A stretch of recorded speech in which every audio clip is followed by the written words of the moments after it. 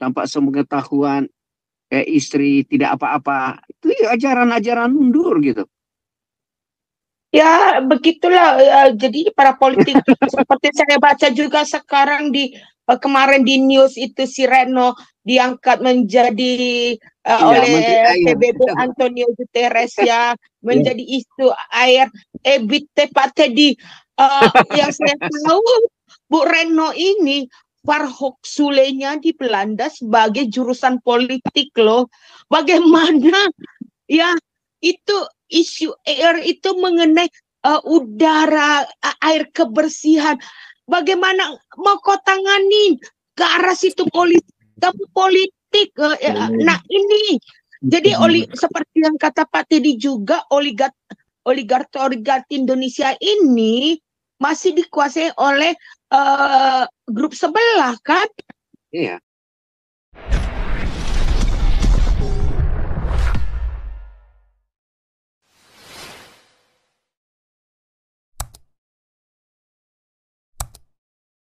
Itu Pak dari saya. Terima kasih, Mas Paul semuanya.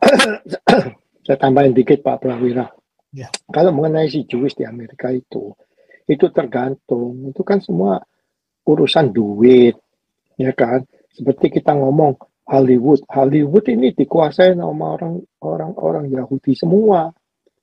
Nah, orang-orang di Hollywood ini yang dikuasai Yahudi, ini mereka nggak suka sama Republican. Itu udah fakta, ya kan? Soalnya mereka kalau Republican ini kan konservatif ya. Jadi kalau ada movie-movie yang violent, yang jahat atau movie-movie yang ada ini berbau seks, gitu kan semua Republican ini kan melawan. Jadi mereka itu kurang senang sama Republican. Kalau Yahudi yang di daerah Hollywood sini, ya itu udah begitu. Nah, kalau Yahudi yang di daerah New York sana, yang urusan financial mereka suka. Soalnya pandangan mereka sama kita orang kan, kita duit tapi bisnis ya kan. Tapi kalau sama Demokrat kan ditekan. Ya itu aja sih bedanya. Tapi nggak ada urusan lah itu nggak problemnya banyak. Sekarang yang paling dicecar yang gentar ini di Amerika ini urusan border, urusan perbatasan. Ini dia katanya Kamala Harris punya rencana. Terus kita semua tanya, lu itu di sana udah hampir 4 tahun. Kamu rencana apa yang udah kamu perbuat selama 4 tahun belakangan ini mengenai urusan border ini kan gitu. Itu aja yang American people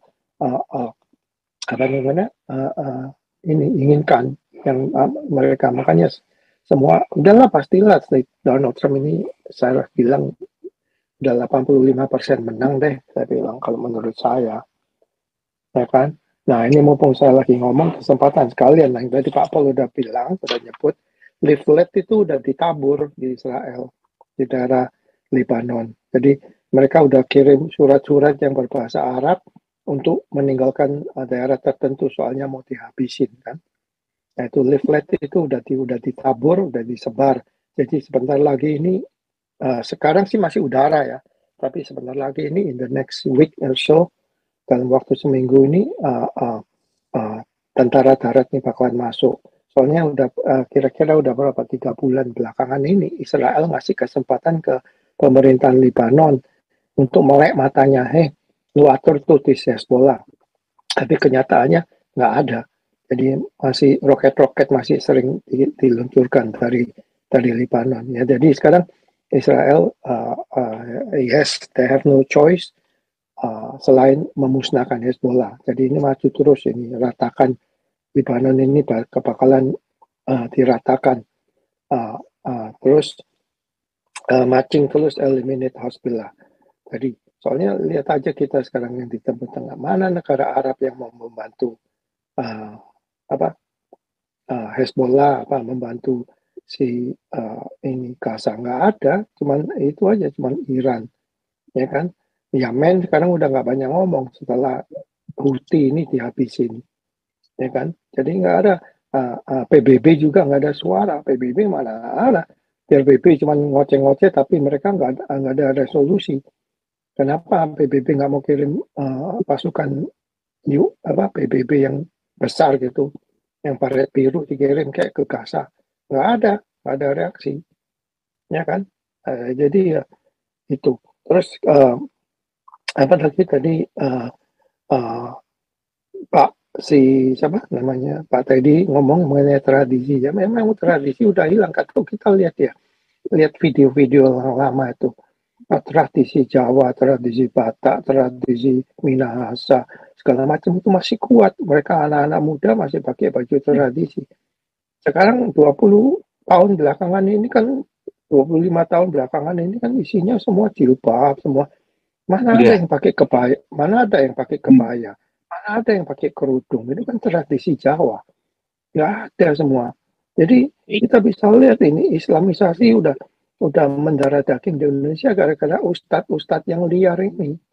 Kan gitu. Betul. Nah, sekarang ustadz-ustadz liar ini mau diatur sama pemerintah dengan pakai cara sertifikasi. Mereka menolak semua kan. Soalnya kalau disertifikasi nanti dicek itu pendidikannya apa, backgroundnya apa. Di sini orang macam Habib Smith itu anak muda gitu, tahu jadi Habib, tahu jadi ustadz. Ya kan, cuman bisanya baca Arab tapi artinya nggak ngerti, tahu jadi ustadz. Pengikutnya banyak. Yang ikut ya orang-orang yang berpendidikan rendah itu otaknya dicuci, tahu ngikut aja, cium tangan, cium kaki, kan gitu. Jadi negara ini dibodohkan, ya kan. Jadi sebetulnya kalau saya bisa boleh ngomong menghimbau para kadrun ini, kalian mulai melek mata kamu. Tanya diri kamu sendiri, hei, kita ini lagi diapain ini sama orang-orang Arab ini, tradisi Arab. Di Arab aja sekarang udah mengadakan perubahan drastis, ya kan? Apa namanya, banyak perubahan. Juga bakalan si Muhammad bin Salman ini, MBS ini mau merubah Quran, ada ayat-ayat Quran yang nama dia mau dirubah. Itu mah dari sononya. Kok Indonesia bersikeras katanya kita ini Islam asli, bla bla bla bla. Nah, kamu tetap aja baca buku Arab. Kan gitu. Jadi orang-orang kafir ini harus matanya melek lihat. Kita ini diapain ya sama orang-orang Arab ini? Negara kok gak maju-maju? Jangankan negara, hidupku kok gak maju-maju? Saya sembahyang 5 kali, saya puasa, saya bersedekah, tapi hidup gua kok gak maju-maju? Umpama perekonomian saya nggak maju, perekonomian keluarga saya nggak maju-maju, apalagi negara nggak maju-maju. Apa salahnya nih agama aku? Apa salahnya Tuhan gua? Gua udah sembahyang 5 kali pakai toa, udah teriak-teriak, masa Tuhan gua budek? Ya kan? Apa salahnya? Jadi kalian tanya diri kamu sendiri. Terus setiap kali gua sembahyang ini ada buktinya nggak? Ada perubahan nggak? Tuhan bantu kamu nggak? Tuhanmu Allah Subhanahu Wa Taala. Kamu udah sembahyang kok hidupmu masih nggak maju-maju. Kamu harus bertanya, ya kan? Terus kamu juga bertanya lagi kalau dari sisi kita. Kamu tanya lah, kenapa kok ajaranku, agamaku ini takut kalau mendengar lagu-lagu rohani? Kenapa ajaranku ini takut kalau mendengar ada gereja dibuka? Kenapa agamaku ini takut kalau ada persekutuan doa? Kenapa agamaku itu melarang aku untuk mengucapkan selamat hari Natal? Tanya diri kamu sendiri. Kenapa agamaku ini melarang pakai pernik-pernik Natal kalau Desember? Itulah semua pertanyaan itu. Kamu harus tanya diri kamu sendiri. Kenapa aku ini diajarin begini? Kenapa sertifikasi Ustadz itu kok ditolak segala macam? Ya itu aja dari saya. Pak Andi. Pak Teddy mau tambah. Iya, benar. Amin. Benar. Betul Pak Andi. Betul. Saya dukung. Ini sudah jadi itu ya. Sudah jadi cancer, sudah jadi benalu. Itu yang saya bilang, Indonesia mau bicara negara maju, kalau kelompok ini, ajaran ini, mereka tidak hilangkan paradigma ini, tidak akan maju. Anda bicara mau bangun negara, tidak akan maju. Saya punya asumsi kuat tentang itu, kecuali sistemnya itu dirubah gitu. Betul Pak Teddy. Ini mau adu argumentasi kita sampai di mana? Hadirkan orang pintar di sini. Betul. Beliau profesor, doktor, ya. Dari sejarah pengalaman kita dari zaman kemerdekaan, kita kan Cuman kita ini terbuai kalau kita di dalam negeri ini, orang-orang Indonesia ini lagi tidur di alam mimpi yang enak gitu. Bukan terbuai, Pak Teddy. Bukan terbuai. Mereka itu sudah ditempa tidak berkreasi dan berinovasi. Cuma nggeh, istilah orang Jawa nggeh. Udah itu saja yang membuat negara kita ini jadi rakyatnya begitu kan? Ya, sebenarnya Pak Andi bilang benar. Pertanyaannya kembalikan kemarin Pak Andi bilang tadi ini itu sana itu. Kenapa orang itu tidak bertanya tentang itu? Gitu. Bertanyalah. Lu berdoa. Kok ada Islam ada ketakutan. Kalau ada orang Kristen beribadah ada ketakutan. Tanyalah, tanya pada diri, jangan. Iya, itu ajaran saya bilang bingung saya lihat. Orang mau ibadah mereka takut. Orang mau ini pada ketakutan. Orang mau jadi jabatan pada ketakutan. Itu yang benar. Itu yang artinya Bu Dora, argumentasi itu yang kita bawakan. Baru kita lepaskan, mereka yang bertanya gitu. Itu maksud saya. Tapi pendidikan ini yang kita harus berikan kepada mereka gitu, supaya ada menyadari diri. Oleh sebab itu juga kita menyadari sebagai orang Kristen, ya kita orang Kristen ini tidak ada bermusuh dengan kamu orang Muslim, orang Islam. Nah, sama sekali kemarin kami mencintai Anda, tidak itu. Kami tidak ada musuh. Ya, cuma melihat gejala fenomena yang terjadi di Indonesia. Ya, contoh sekarang mulai pakai kekuatan politik, agama, identitas di dalam persoalan pilkada. Kemudian yang aktual di media sekarang dari banser-banser menggunakan seragam melawan TNI. Tapi di media kalau baca hari ini, kemarin ada itu menggunakan label-label agama. Ini yang negara kita tidak bakal maju gitu. Saya bilang tersandra dengan agama. Kemudian Indonesia tersandra dengan agama, semua para menteri itu tersandra dengan korupsi. Ya, itu yang ditulis oleh media ya. Cuman saya coba mau simpulkan secara general itu. Kenapa orang korupsi? Karena Islam. Betul. Kenapa saya jujur karena Islam? Karena mereka masih mentolerir masalah korupsi. Masih mentolerir masalah nilai-nilai budaya. Apa Anda mau kawin 10 orang? Ya, ada lagi di vlog. Saya kawin dengan orang lain tanpa sepengetahuan. Istri tidak apa-apa. Itu ajaran-ajaran mundur gitu. Ya, begitulah. Jadi para politik seperti saya baca juga sekarang kemarin di news itu si Retno diangkat menjadi oleh PBB Antonio Guterres ya, menjadi isu air ebit tepat tadi. Yang saya tahu Bu Retno ini Farhok Sulenya di Belanda sebagai jurusan politik loh. Bagaimana ya itu isu air itu mengenai udara, air kebersihan. Bagaimana mau kau tangani ke arah situ politik. Nah ini jadi seperti yang kata Pak Teddy juga oligarki Indonesia ini masih dikuasai oleh grup sebelah kan? Iya. Ini ya kita argumen Pak itu kita nggak mau argumentasi tentang. Iya, ini kita mau memajukan negara gitu.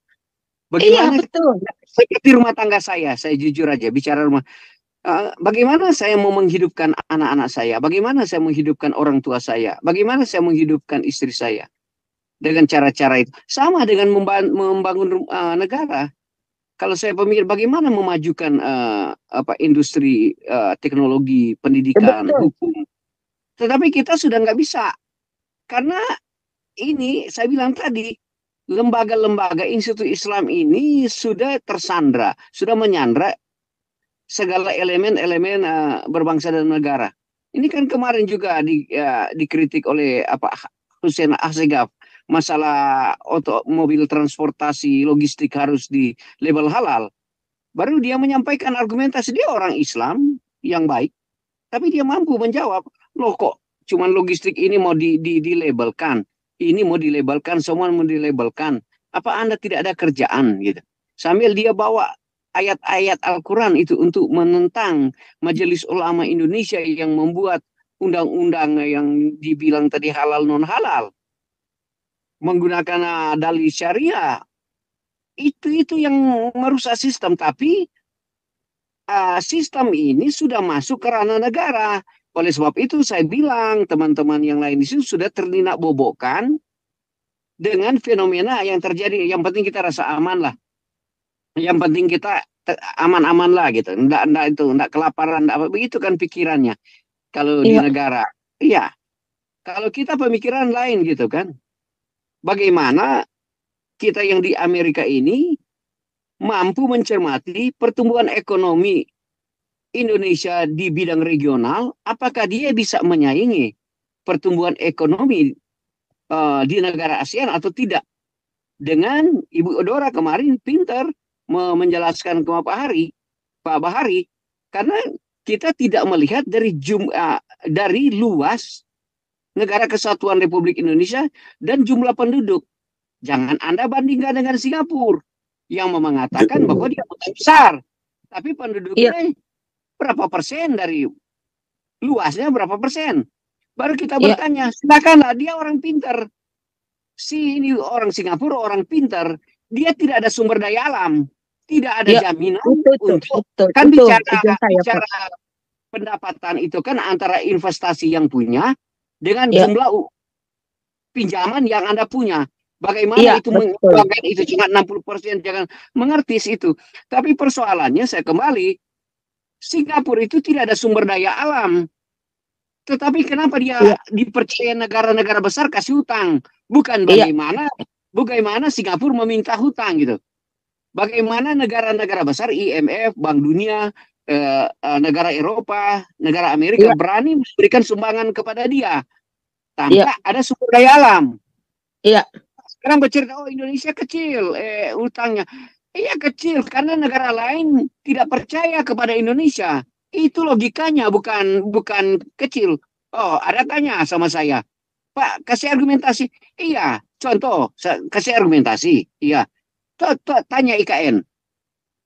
Kali kita ini bicara yang logika rasional, jangan bicara yang apa itu meta narasi yang saya bilang, orang kalau saya bikin argumen, Anda tanya buktikan, nanti saya buktikan contoh. IKN, apakah ada investor asing yang berani masuk? Enggak. Akhirnya yang investor ini ada tersandra lah oligarki Indonesia untuk mensupport pembangunan IKN. Nah inilah pandangan saya kenapa negara Indonesia tidak maju. Secara kualitas penduduk benar. Secara luas negara benar.